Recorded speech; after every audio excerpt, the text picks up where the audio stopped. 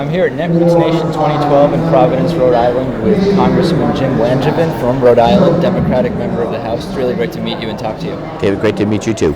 So I was reading about your work co-chairing the House Cybersecurity Caucus, and Yes. I'm fascinated by everything that goes on in that caucus because we've had dealings with Anonymous on my program. Okay. We've talked about this story out of New York, actually, where initially there was a ruling that just looking at child porn on the internet was not actually illegal as long as you didn't download it, which now is actually being fixed or changed by new legislation in New York. So I'm interested to get your thoughts generally on how do you legislate the internet, because we have had in the last 5 to 10 years so many issues that legislation just doesn't really exist, appropriate legislation that takes into consideration the actual use of the internet versus just the letter of the law. So talk about that a little bit. Right. Well, first of all, I want to thank you for having me on the program, and it's been an outstanding convention. I hope everyone is enjoying themselves here, and we're giving them a nice, warm Rhode Island welcome. But I do spend a great deal of time and effort focusing on the internet and how to keep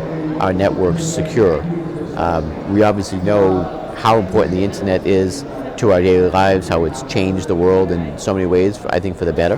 And in a lot of ways, we rely on it for communication and social networking and commerce and certainly national security. But the internet was really never built with security in mind. And as a result, we've also, as time gone on, realized the real security challenges and vulnerabilities we have, and how, in a sense, insecure it's made us from a security standpoint. And so there are things that need to be done to better protect the network. But as far as the government's involvement with the internet and such, I believe the government should have the lightest touch possible on the internet in terms of any regulation or such or anything. I don't want to see government at all change the free and open architecture, the very nature of the internet itself. So it's the balance of how do we do that, keeping the internet free and open, at the same time making sure that those who would use the internet for nefarious purposes, that we don't allow that, and we protect especially things like the critical infrastructure, like the electric grid, that with the right tools and the right intent, someone could potentially take down a whole sector of the country's electric grid for a period of months.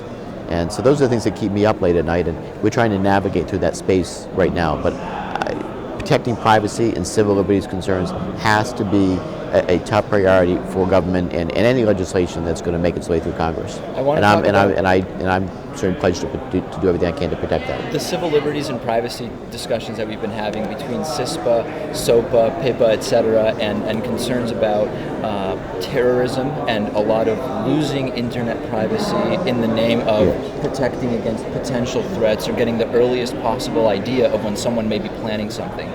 It's very hard sometimes, I think, to have honest discussions with people about this because it's become so politicized, right? The idea that you either believe in freedom or you don't, and then that's totally separate from the real interest in protecting from actual threats, which we may be able to ascertain by invading people's privacy through the internet. And I guess that's really the way that some people are seeing it. Is there a clear line as far as how far people should go, how far people should be allowed to go? Companies like Google, et cetera, providing information to the government being able to subpoena information that wouldn't otherwise be available.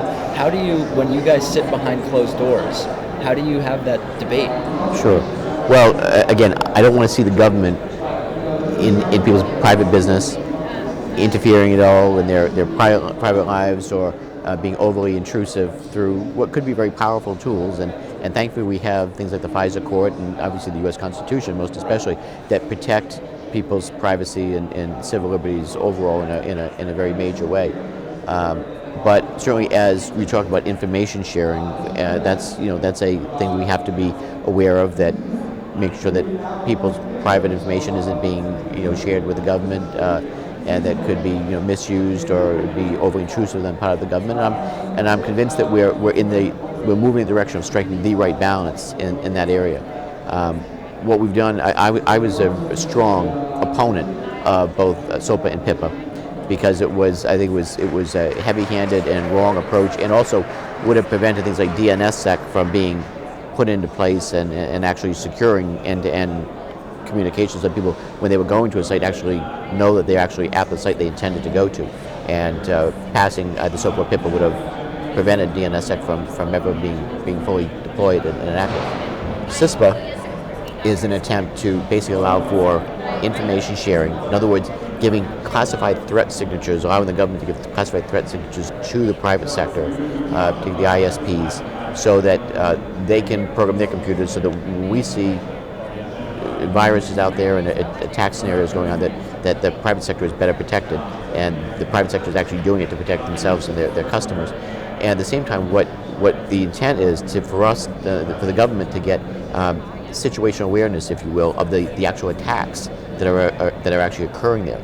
And it's the threat signatures we want to see and get feedback from the private sector, again, on a voluntary basis, not people's private information. And because the challenge is to make sure that the legislation is written as tightly as possible to make sure that it's only threat information, threat signatures. Well, that was the concern. The digital signatures that are. From a lot of people that were emailing me, the concern was that it's being written in a way that it's not tight enough. In other words, that there's a lot of subjective wording that could allow almost anything to be considered a potential threat. That word potential, and people are just worried. You know, I mean, how do you ease those fears that people have? That we saw this list of words come out that may trigger flags from the Department of Homeland Security for use on the internet, and a lot of the words honestly seem quite benign in many cases, and people say if any of these words could potentially trigger this so-called threat signature, I'm pretty concerned that just my regular emails with family could trigger that. Yeah, and the challenge, of course, is to write the legislation in such a way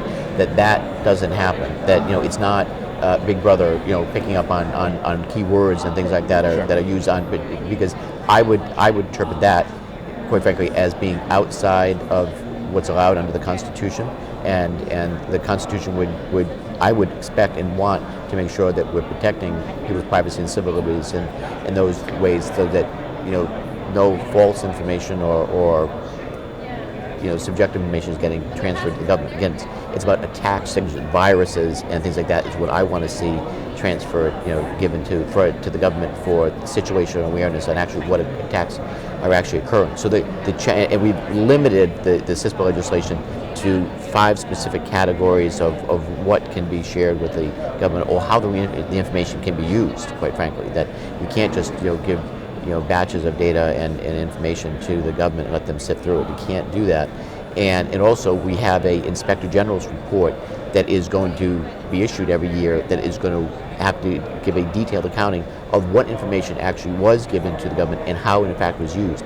And if we for a minute ever think that, if we ever look and see that there are problems with something that was transferred that shouldn't have been, or it was being used, we're gonna come down like that like a hammer to make sure that doesn't happen. But it is a work in progress. No one should think that the final product is done. I did support CISPA, but with the understanding that we are going to still work through the conference committee when the Senate passes its information sharing bill. Hopefully they pass that, or a broader piece of legislation. But I am rock solid in my commitment that I am going to do everything I can to protect privacy and civil liberties. It has to be paramount of concern. Since we're on Free Speech TV, I think it would be interesting to shift from internet security into media, new media, the growth of alternative media on the internet, but really as an alternative to kind of the homogenous corporate media that we've all become too accustomed to.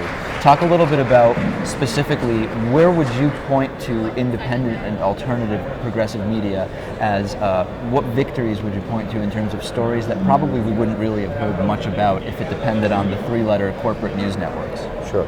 Well, I'm a huge fan of social media, and I use it extensively in my role as a United States Congressman from Rhode Island, in being able to communicate with my constituents and hear directly back from them.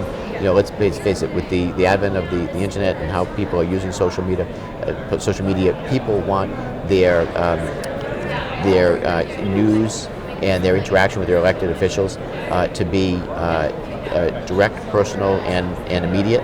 And I've taken that to heart. I've always believed that elected officials need to be open accessible and responsive to their constituents, and social media allows me to do that in a way that we never could have prior to the invention of the internet or social media tools like Facebook or Twitter or YouTube. And I use all of those media extensively, and I'm very proud of that. It's helped me to again be more effective in communicating and hearing directly from the people I represent. Stories like the Trayvon Martin case, Occupy. I mean, do you think that these are stories that eventually they made their way front and center into corporate media?